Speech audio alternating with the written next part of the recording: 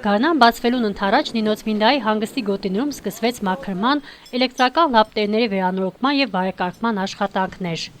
Այսօր ականատեսը եղանք տվյալ աշխատանքներին։ Իսկ թե ինչ աշխատանքներ են տարվում եւ որն է այս ամենի նպատակը, տեղեկացանք Նինոցմինդայի քաղաքապետի տեղակալ Արմեն Բդոյանից։ Ուրեմն սա տանինք աշխատանքներ, քանի որ պարկ սարկվավ, պարկեն հետև կային բաներ ժամանակեն շուտ որագազերգվավ, այսինքն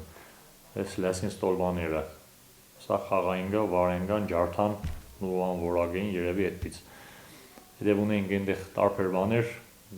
զաբորն ու վերաժեշտեր քաշած բան, հետոնք լավ սարքելու համար ժամանակ ընթեզ որագազերգվավ ու պոգվել էին։ Քաղաքապետը կապնվավ տևալ կամպանիային, քանի որ գարանտիայի մեջ է, կանչեցինք իրենք հիմի այդ որանորոգումները սկսեցին կատարել էլի։ Վերնոր հայմի է հնարավոր հայմի կենեն, վերանորոգեն, մեկ էլ ձունը հալելն հետև, էլի կան աշխատանքներ, լարևությամբ բերենգը վերանորոգման։ Ու նույն ձևի մենտեղ ունեինք թեփեր, որոնք որ ժամանակ ընթեզ չորսան,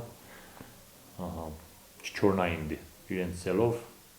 3 տարի գարանտիայի մեջ էր, ու առաջ տարին եւ այդ չորսան, ծառներ ու թեփներ, անցած տարի փոխեին դի չփոխեցին։ Ինչ ստիպել ենք որ այս տարի գան, այդոնք է